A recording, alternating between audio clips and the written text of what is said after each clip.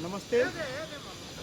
आज तपाईहरुले हेर्न सक्नुहुन्छ मेरो साइडमा स्टिल फिक्सिङको काम भइरहेको छ, रेन्फोर्समेन्ट लगाउने काम भइरहेको छ र आज म तपाईहरुलाई एउटा तस्बिर देखाउन गइरहेको छु।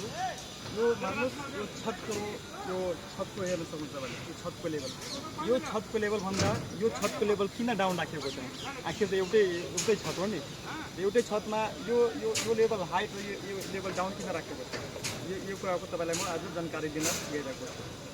यो डाउन सर्वप्रथम पहिला तपाईलाई भन्न चाहन्छु, यो डाउन राखेको जो पोर्सन हो यो एरियालाई हामीले सङ्कन स्ल्याब भन्छौँ।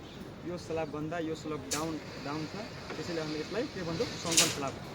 अब यो सङ्कन स्ल्याब के हो र यो किन दिइन्छ म तपाईलाई त्यो कुरा भन्न गइरहेको छु। जहिले पनि हामी यो सङ्कन एरिया यो स्ल्याब भन्दा 150 mm डाउन हुन्छ। 150 mm भनेको यो 6 इन्च डाउन हुन्छ। यो 6 इन्च डाउन राखेको हुन्छ।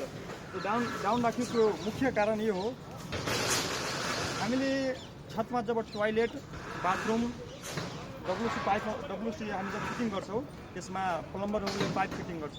पाइप फिटिङ गर्नको लागि यो सङ्कन स्ल्याब दिएको हुन्छ ताकि पाइपको जो विथ आउँछ 6 इन्चको आउँछ, 6 इन्चको डायमिटर, ठिक छ।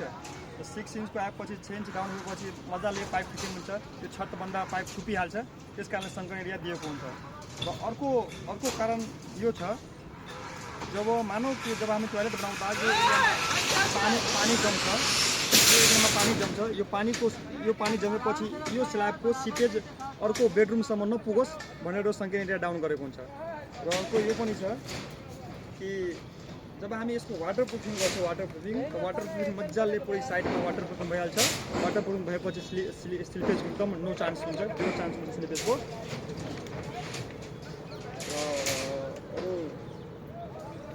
अरू जब हामी पाइप फिटिङ गरिहाल्छौँ, टाइल्सहरू लगाइहाल्छौँ, सबै थोक फिनिस जब यसको फिनिस फ्लोर लेभल र उसको फिनिस लेभल बसेर एकदम उपरमा आउँछ, हेर्न पनि राम्रो हुन्छ सबै थोक। त्यस कारणले सङ्कन एरिया दिएको हुन्छ।